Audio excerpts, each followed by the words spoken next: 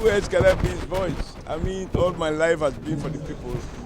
I have been the voice of the people, even as a factory worker, as a textile union activist, as president of the NLC, as governor of Edo. I spoke for the people, and I work for the people. Even my choice of projects as governor were in those areas where the mass of the people are.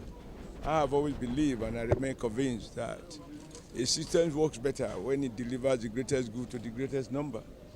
And as still stand, the greatest number of our citizens are on the poor side. So I want to be part of a Senate that legislates for the good of the greatest number of our countrymen, not for the powerful. There has to be a moderating influence to ensure that whatever we do, whether in the name of appropriation or oversight function, is such that Nigerians get value for money.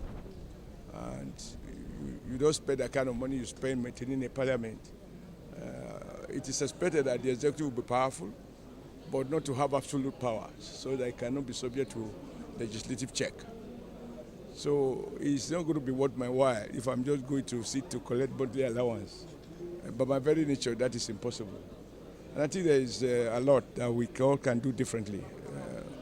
There are a lot of policies that can benefit from a review. There are a lot of laws that can benefit from a review. And a couple of things that can be done differently, so that the new hope agenda of our party, can be translated to reality. I'm sure even the president-elect will look forward to not a rubber stamp assembly, but one that can help to contribute ideas to enrich everyone's limited knowledge. No one has absolute knowledge, but working together, comparing ideas and negotiating, we can arrive at a win-win formula that will assure the greatest good to the greatest number of our countrymen. Pushing people-oriented laws. In specifics, can you tell us some of those things that you are going to be pushing that will be... You have to be very clear that those issues are very well captured in the APC plan of action, which formed the basis of the election of Senator Bola Ahmed Tinubu as the president-elect. And so, in giving effect and transiting those policies to action, that is where the devil lies. We go to revisit the power sector, for example, because that is something you must do if you are going to have sustainable economic growth. You're going to grow the GDP by an average of 6, 7 to 10%. It is not going to be generator-driven.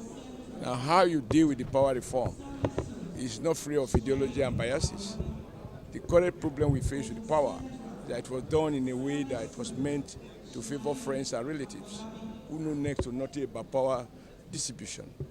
Now we have to find courage to deal with that and to abolish a system in which we have a government and citizens pay bills that they did not consume or based on estimate. That for me is fraud. Government must protect the citizens.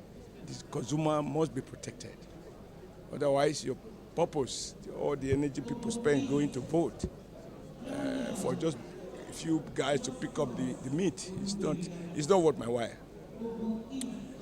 So there are a couple of things that we need to do differently. I see long queues.